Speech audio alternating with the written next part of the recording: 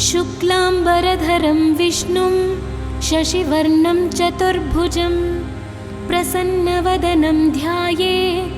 सर्वविघ्नोपशान्तये। यस्य द्विरदवक्त्राद्याः पारिषद्याः परशतं विघ्नं निघ्नन्ति सततं विश्वक्सेनं तमाश्रये। व्यासं वसिष्ठनप्तारं शक्तेः पौत्रमकल्मषं पराशरात्मजं वन्दे शुकतातं तपोनिधिं। व्यासाय विष्णुरूपाय व्यासरूपाय विष्णवे नमो वै ब्रह्मनिधये वासिष्ठाय नमो नमः। अविकाराय शुद्धाय नित्याय परमात्मने सदैकरूपरूपाय विष्णवे सर्वजिष्णवे। यस्य स्मरणमात्रेण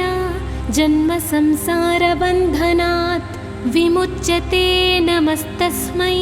विष्णवे प्रभविष्णवे। ॐ नमो विष्णवे प्रभविष्णवे। श्रुत्वा धर्मानशेषेण पावनानि च सर्वशः युधिष्ठिरः शान्तनवं पुनरेवाभ्यभाषत। किमेकं दैवतं लोके किं वाप्येकं परायणं स्तुवन्तः कं कमर्चन्तः प्राप्नुयुर्मानवाः शुभं। को धर्मः सर्वधर्माणां भवतः परमो मतः। किं जपन्मुच्यते जन्तुर्जन्म संसारबन्धनात्। जगत्प्रभुं देवदेवमनन्तं पुरुषोत्तमं स्तुवन्नाम सहस्रेण पुरुषः सततोऽधितः। तमेव चार्चयन् नित्यं भक्त्या पुरुषमव्ययं ध्यायन् स्तुवन् नमस्यंश्च यजमानस्तमेव च। अनादिनिधिनं विष्णुं सर्वलोकमहेश्वरं लोकाध्यक्षं स्तुवन् नित्यं सर्वदुःखातिगो भवेत्। ब्रह्मण्यं सर्वधर्मज्ञं लोकानां कीर्तिवर्धनं लोकनाथं महाद्भुतं सर्वभूतभवोद्भवम्। येष मे सर्वधर्माणां धर्मोऽधिकतमो मतः। यद्भक्त्या पुण्डरीकाक्षं स्तवैरर्चेन्नरः सदा। परमं यो महत्तेजः परमं यो महत्तपः परमं यो महद्ब्रह्म परमं यः परायणं। पवित्राणां पवित्रं यो मङ्गलानां च मङ्गलं दैवतं देवतानां च भूतानां यो व्ययः पिता। यतः सर्वाणि भूतानि भवन्त्यादियुगागमे यस्मिंश्च प्रलयं यान्ति पुनरेवायुगक्षये। तस्य लोकप्रधानस्य जगन्नाथस्य भूपते विष्णोर्नाम सहस्रं मे शृणु पापभयापहम्। यानि नामानि गौणानि विख्यातानि महात्मनः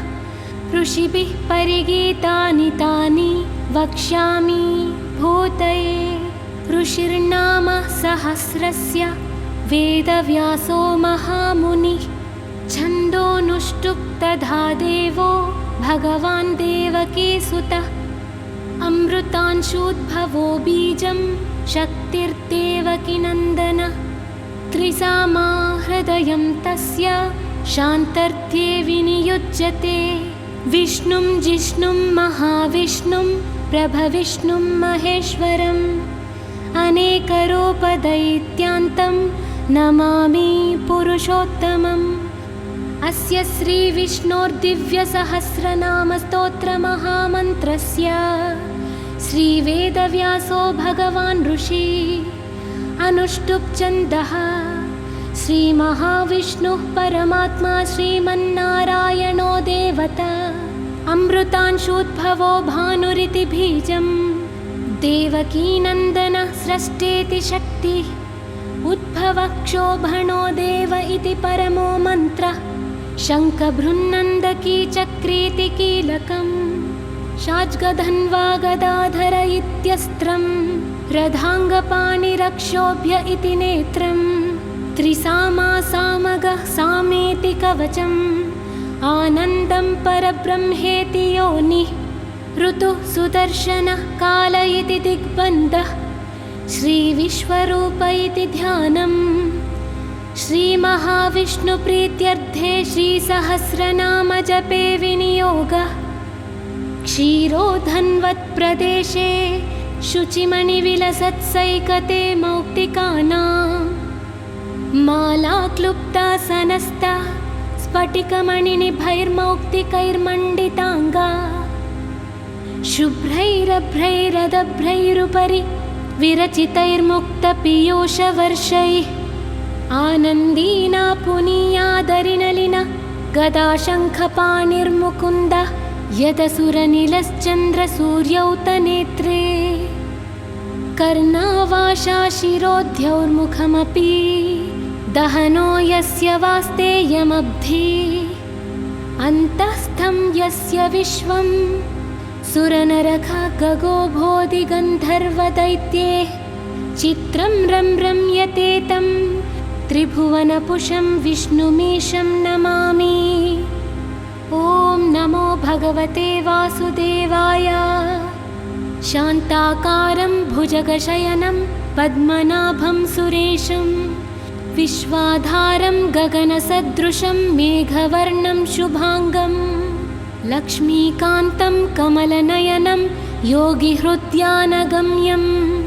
वन्दे विष्णुं भवभयहरं सर्वलोकैकनाथं मेघश्यामं पीतकौशेयवासं श्रीवत्साङ्कं कौस्तुभोद्भासिताङ्गं पुण्योपेतं पुण्डरीकायताक्षं विष्णुं वन्दे सर्वलोकैकनाथं नमः समस्तभूतानामादिभूताय भूभृते अनेकरूपरूपाय विष्णवे प्रभविष्णवे सशङ्खचक्रं सकिरीटकुण्डलं सपीतवस्त्रं सरसीरुहेक्षणं सहारवक्षास्थलशोभिकौस्तुभं नमामि विष्णुं शिरसा चतुर्भुजं छायायां पारिजातस्य हेमसिंहासनोपरि आसीनमम्बुदस्यामा मायताक्षामलङ्कृतं चन्द्राननं चतुर्बाहुं श्रीवत्साङ्कितवक्षसं रुक्मिणी सत्यभामाभ्यां सहितं कृष्णमाश्रये विश्वं विष्णुर्वषट्कारो भूतभव्यभवत्प्रभो भूतकृद्भूतभृद्भावो भूतात्मा भूतभावना भूतात्मा परमात्मा च मुक्तानां परमागतिः अव्यय पुरुषः साक्षी क्षेत्रज्ञोऽक्षर एव च योगो योगविदां नेता प्रधानपुरुषेश्वरः नारसिंहवपुः श्रीमान् केशवः पुरुषोत्तमः सर्वः शर्वः शिवः स्थाणुर्भूता धीर्निधिरव्ययः सम्भवो भावनो भर्ता प्रभव प्रभुरीश्वरः स्वयंभू शम्भुरादित्याः पुष्कराक्षो महास्वनः अनादिनिधनो धाता विधाता धातुरुत्तमः अप्रमेयो हृषीकेशः पद्मनाभोमरप्रभु विश्वकर्मा मनुस्तष्टा स्थविष्टः स्थविरो ध्रुवः अग्राह्यः शाश्वतः कृष्णो लोहिताक्ष प्रतर्दनः प्रभूतस्त्रीककुद्धामा पवित्रं मङ्गलं परम् ईशानः प्राणदः प्राणो ज्येष्ठः श्रेष्ठः प्रजापति हिरण्यगर्भो भूगर्भो माधवो मधुसूदन ईश्वरो विक्रमी धन्वी मेधावी विक्रमः क्रमः अनुत्तमो दुराधर्षः कृतज्ञः कृतिरात्मवान् सुरेशः शरणं शर्मा विश्वरेताः प्रजाभवः अहः संवत्सरो व्याळः प्रत्ययः सर्वदर्शनः अजः सर्वेश्वरः सिद्धः सिद्धिसर्वादिरच्युतः वृषा कपिरमेयात्मा सर्वयोगविनिःसृतः वसुर्वसुमना सत्या समात्मा संमितः समः अमोघपुण्डरीकाक्षो वृषकर्मा वृषाकृतिः रुद्रो बहुशिरा बभ्रुर्विश्वा योनिःशुचिश्रवा अमृतः शाश्वतः स्थाणुर्वरारोहो महातपाः सर्वगः सर्वविद्भानुः विश्वक्सेनो जनार्दनः वेदो वेदविदव्यङ्गो वेदाङ्गो वेदवित्कविः लोकाध्यक्षः सुराध्यक्षो धर्माध्यक्षः कृतकृतः चतुरात्मा चतुर्व्यूहश्चतुर्धंष्ट्र चतुर्भुजः भ्राजिष्णुर्भोजनं भोक्ता सहिष्णुर्च गदादिजः अनघो विजयो जेता विश्वयोनिः पुनर्वसु उपेन्द्रो वामनः प्रांशु अमोघ शुचिरूर्जितः अतीन्द्रः सङ्ग्रहः सर्गो धृतात्मा नियमो यमः वेद्यो वैद्यः सदा योगी वीरः माधवो मधुः अतीन्द्रियो महामायो महोत्साहो महाबलः महाबुद्धिर्महावीर्यो महाशक्तिर्महाद्युतिः अनिर्देश्य वपुः श्रीमान् अमेयात्मा महाद्रितृत् महेश्वासो महीभर्ता श्रीनिवासः सतां गतिः अनिरुद्धासुरानन्दो गोविन्दो गोविन्दाम्पतिः परिचिर्तमनोहंसः सुवर्णो भुजगोत्तमः हिरण्यनाभः सुतपाः पद्मनाभः प्रजापतिः अमृत्युः सर्वदृक्सिंहाः सन्धाता सन्धिमान् स्थिरः अजो दुर्मर्शनः शास्ता विश्रुतात्मा सुरारिः गुरुर्गुरुतमो धामा सत्यः सत्यपराक्रमः निमिषो निमिषस्रग्वी वाचस्पतिरुदारधीः अग्रनिर्ग्रामणीः श्रीमान् न्यायो नेता समीरणः सहस्रमूर्धा विश्वात्मा सहस्राक्षः सहस्रपात् आवर्तनो निवृत्तात्मा संवृतः सम्प्रमर्दनः अहः संवर्तको वह्नि रनिलो धरणीधर सुप्रसादः प्रसन्नात्मा विश्वसृग्विश्वभुग्विभुः सत्कर्ता सत्कृतः साधुर्जहो नारायणो नरः असंख्येयो प्रमेयात्मा विशिष्टः शिष्टकृश्चुचि सिद्धार्थः सिद्धसङ्कल्पः सिद्धिदसिद्धिसाधनः वृषा हि वृषभो विष्णुः वृषपर्वा वृषोदरः वर्धनो वर्धमानश्च विविक्तः श्रुतिसागरः सुभुजो दुर्धरो वाग्मी महेन्द्रो वसुदो वसु नैकरूपो बृहद्रूपः शिपिविष्टः प्रकाशनः ओजस्तेजोद्युतिधर प्रकाशात्मा प्रतापनः रुद्धस्पष्टाक्षरो मन्त्रः चन्द्राशुर्भास्करद्युतिः अमृतांशुद्भवो भानो शशबिन्दुः सुरेश्वरः औषधं जगतः सेतुः सत्यधर्मः पराक्रमः भूतभव्यः भवन्नादः पवनः पावनो नलः कामः कामकृत्कान्तः कामः कामप्रदः प्रभुः युगादिकृत्युगावर्तो नैकमायो महाशनः अदृश्यो व्यक्तरूपश्च सहस्रजिदनन्तजित् इष्टो विशिष्टः शिष्टेष्टा शिखण्डी नहुषो वृषः क्रोधः क्रोधकृत्कर्ता विश्वबाहुर्महीधरः अच्युतः प्रतितः प्राणः प्राणदो वासवानुजः अपान्निधिरधिष्ठाना मप्रमत्तः प्रतिष्ठितः स्कन्दस्कन्दधरो धुर्यो वरदो वायुवाहनः वासुदेवो बृहद्भानु रादिदेवः पुरन्दरः अशोकस्तारणस्तारः शूरः शौरिर्जनेश्वरः अनुकूलः शतावर्तः पद्मी पद्मनिभेक्षणः पद्मनाभोरविन्दाक्षः पद्मगर्भः शरीरभृत् महर्धिरुद्धो वृद्धात्मा महाक्षो गरुडध्वजः अतुलः शरभो भीमः समयज्ञो हाविर्हरि सर्वलक्षणलक्षण्यो लक्ष्मीवान् समितिञ्जयः विक्षरो रोहितो मार्गो हेतुर्दामोदरः सहा महीधरो महाभागो वेगवानमिताशनः उद्भवो क्षोभणो देवः श्रीगर्भः परमेश्वरः करणं कारणं कर्ता विकर्ता गहनो गुहा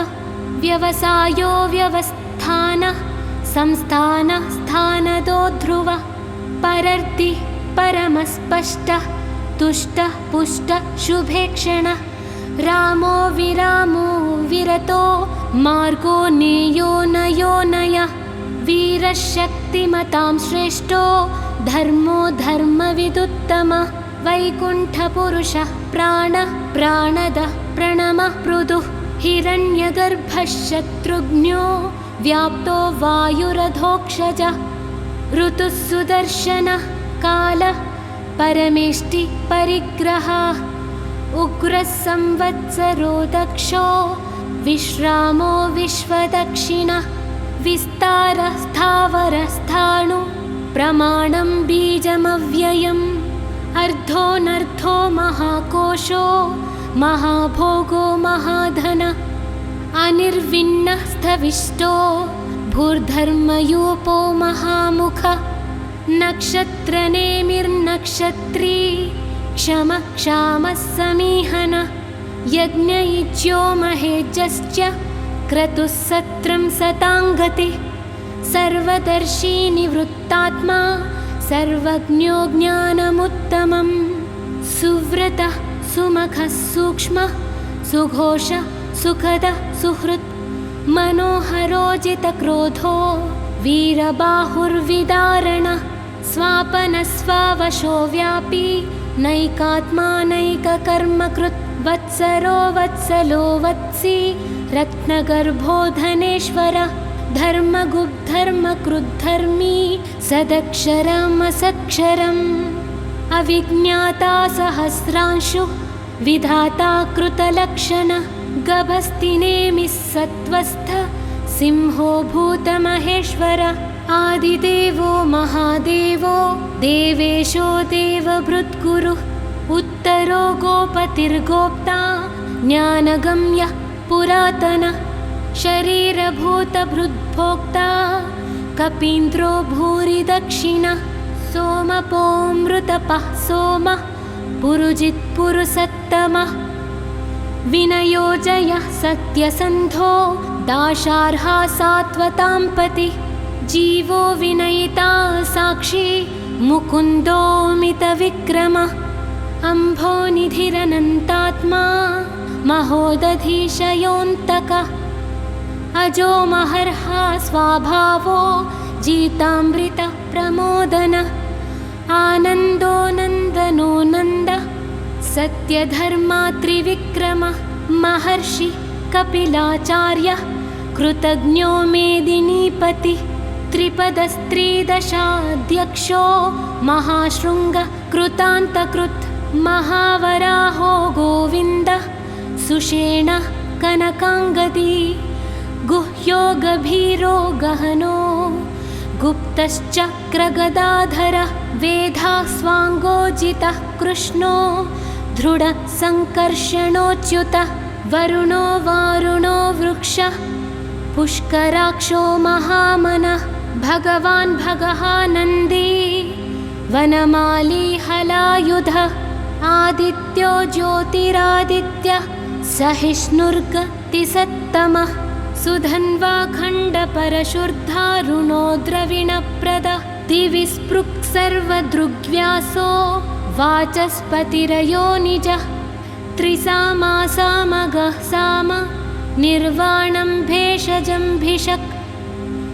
सन्न्यासकृच्छमः शान्तो निष्ठा शान्तिः परायणम्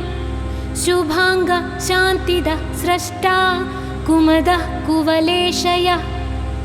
गोहितो गोपतिर्गोप्ता वृषभाक्षो वृषप्रियः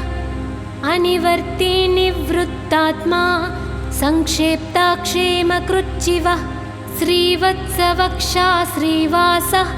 श्रीपति श्रीमतांवरः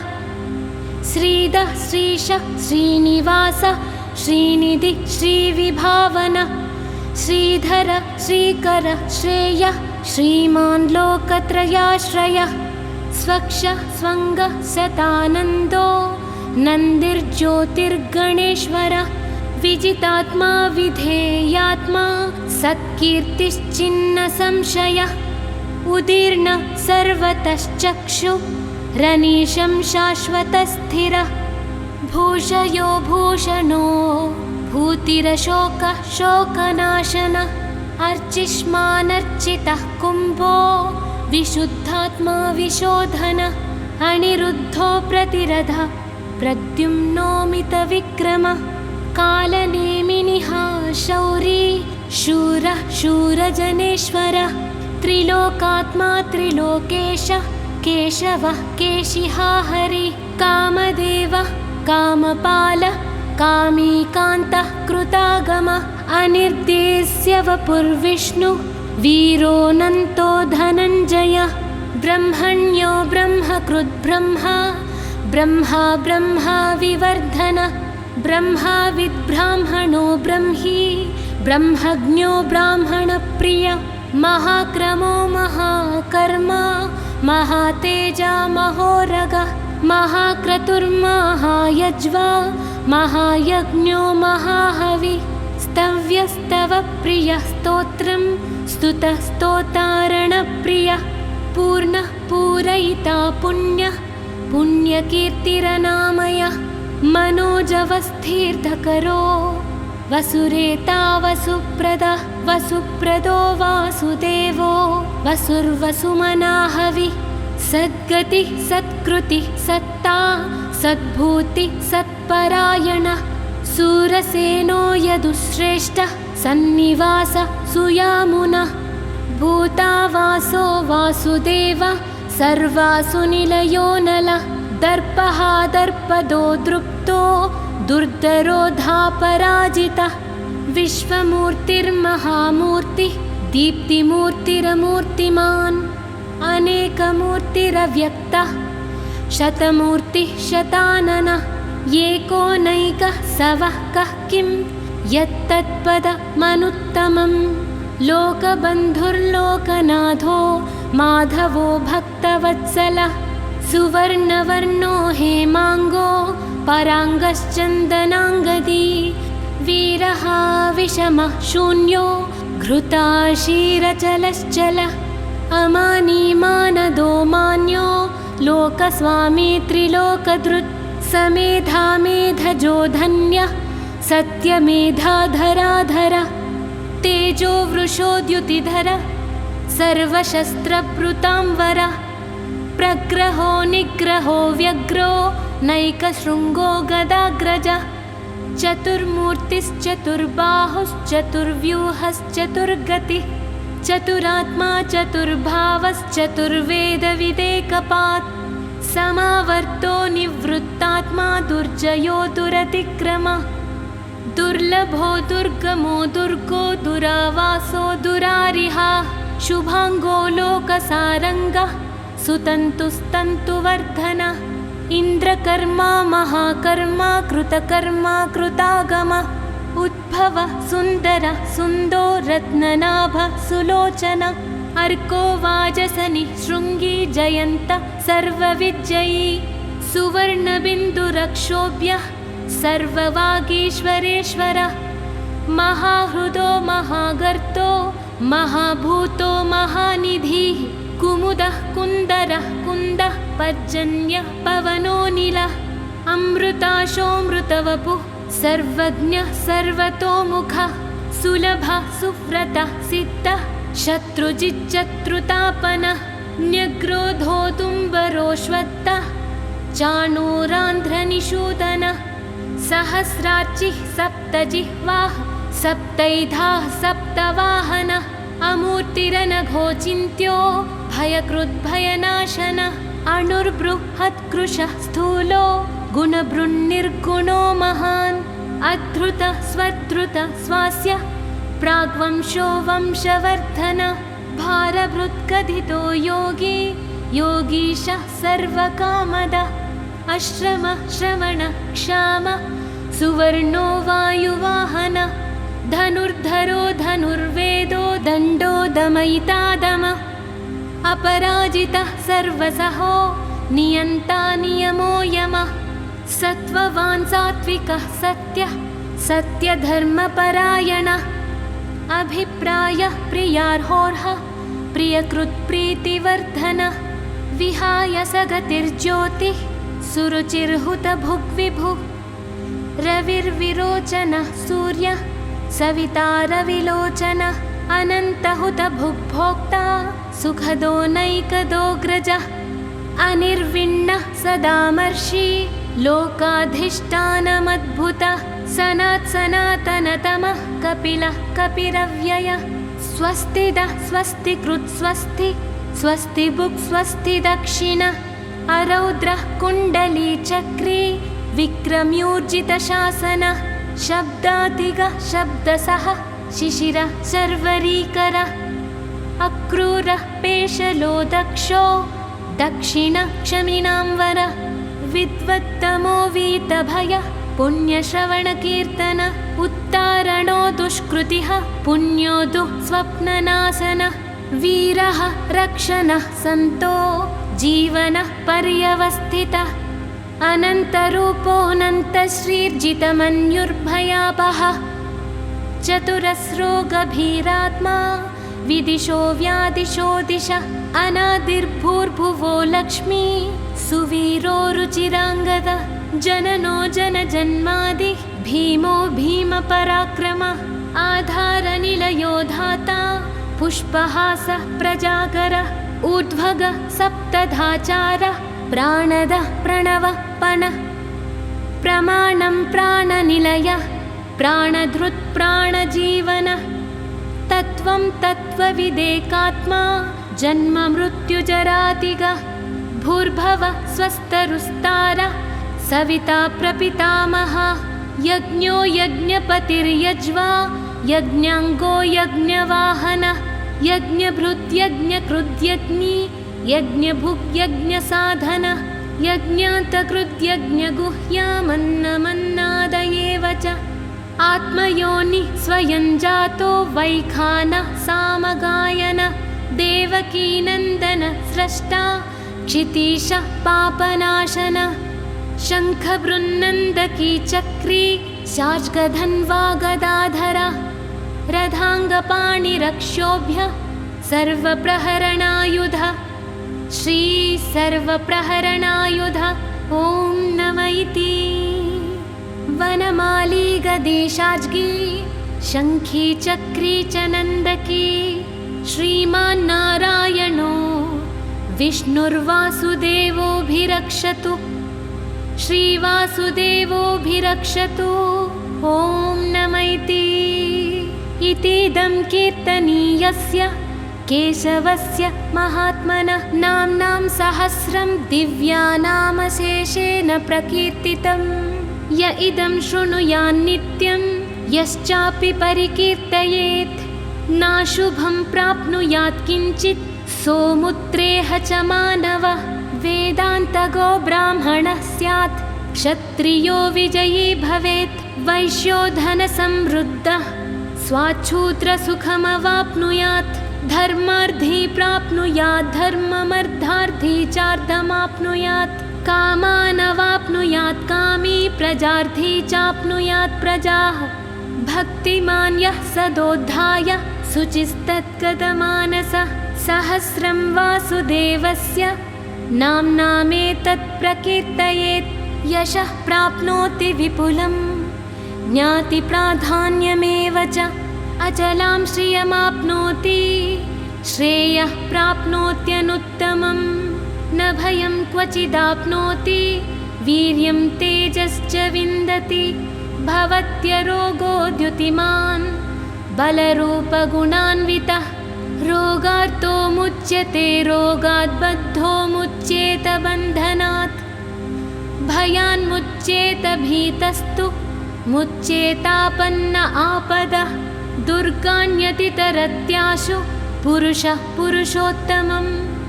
स्तुवन्नाम सहस्रेण नित्यं भक्तिसमन्वितः वासुदेवाश्रयो मर्त्यो वासुदेवपरायणः सर्वपापविशुद्धात्मा याति ब्रह्म सनातनं न वासुदेवभक्तानामशुभं विद्यते क्वचित् जन्म मृत्युजराव्याधिभयं नैवोपजायते इमं स्तवमधीयानः श्रद्धाभक्तिसमन्वितः युज्येतात्मसुखक्षान्ति श्रीधृतिस्मृतिकीर्तिभिः न क्रोधो न च मात्सर्यं न लोभो नाशुभामतिः भवन्ति कृतपुण्यानां भक्तानां पुरुषोत्तमे द्यौः स चन्द्रार्कनक्षत्रा खं दिशो भूर्महोदधिः वासुदेवस्य वीर्येण विद्रुतानि महात्मनः ससुरासुरगन्धर्वं स यक्षोरगराक्षसं जगद्वशे वर्ततेदं कृष्णस्य सचराचरम् इन्द्रियाणि मनोबुद्धि सत्वं तेजो बलं धृतिः वासुदेवात्मकान्याहुः क्षेत्रं क्षेत्रज्ञ एव च सर्वागमानामाचारः प्रथमं परिकल्पितः आचारप्रथमो धर्मो धर्मस्य प्रभुरच्युतः ऋषयः पितरो देवा महाभूतानि धातवः जङ्गमाजङ्गमं चेदं जगन्नारायणोद्भवं योगज्ञानं तथा साङ्ख्यं विद्याः शिल्पादिकर्म च वेदाः शास्त्राणि विज्ञानमेतत्सर्वं जनार्दनात् एको विष्णुर्महद्भूतं हृदग्भूतान्यनेकशः त्रीन् लोकान् व्याप्य भूतात्मा भुङ्क्ते विश्वभुगव्ययः इमं स्तवं भगवतो विष्णोर्व्यासेन कीर्तितं पठेद्य इच्छेत् पुरुषः श्रेयः प्राप्तुं सुखानि च विश्वेश्वरमजं देवं जगतः प्रभवाप्ययं भजन्ति ये पुष्कराक्षं न ते यान्ति पराभवम् ॐ नम इति पद्मपत्रविशालाक्ष पद्मनाभसुरोत्तम भक्तानामनुरक्तानां त्राता भवजनार्दन यो मां नाम सहस्रेण स्तोतुमिच्छति पाण्डव सोऽहमेकेन श्लोकेन स्तुत एव न संशयः ॐ नम इति वासनाद्वासुदेवस्य वासितं ते जगत्त्रयं सर्वभूतनिवासोऽसि वासुदेव नमोऽस्तु ते श्रीवासुदेव नमोऽस्तु ते ॐ नम इति केनोपायेन लघुना विष्णोर्नाम सहस्रकं पठ्यते पण्डितैर्नित्यं श्रोतुमिच्छाम्यहं प्रभो श्रीराम राम रामेति रमे रामे मनोरमे सहस्रनाम तत्तुल्यं रामनाम वरानने श्रीरामनाम वरानना ॐ नम इति नमोऽस्त्वनन्ताय सहस्रमूर्तये सहस्रपादाक्षि शिरोरुबाहवे सहस्रनाम्ने पुरुषाय शाश्वते सहस्रकोटियुगधारिणे नमः सहस्रकोटियुगधारिण ॐ नम इति यत्र योगेश्वरः कृष्णो यत्र पार्थो धनुर्धरः तत्र श्रीर्विजयो भूतिर्धुवानीतिर्मतिर्मम अनन्याश्चिन्तयन्तो मां ये जनाः पर्युपासते तेषां नित्याभियुक्तानां योगक्षेमं वहाम्यहं परित्राणाय साधूनां विनाशाय च दुष्कृतां धर्मसंस्थापनार्थाय सम्भवामि युगे युगे आर्ता विषन्नाः शिथिलाश्च भीताः घोरेषु च व्याधिषु वर्तमानाः संकीर्त्य नारायणशब्दमात्रं विमुक्तदुःखाः सुखिनो भवन्ति कायेन वाचा मनसेन्द्रियैर्वा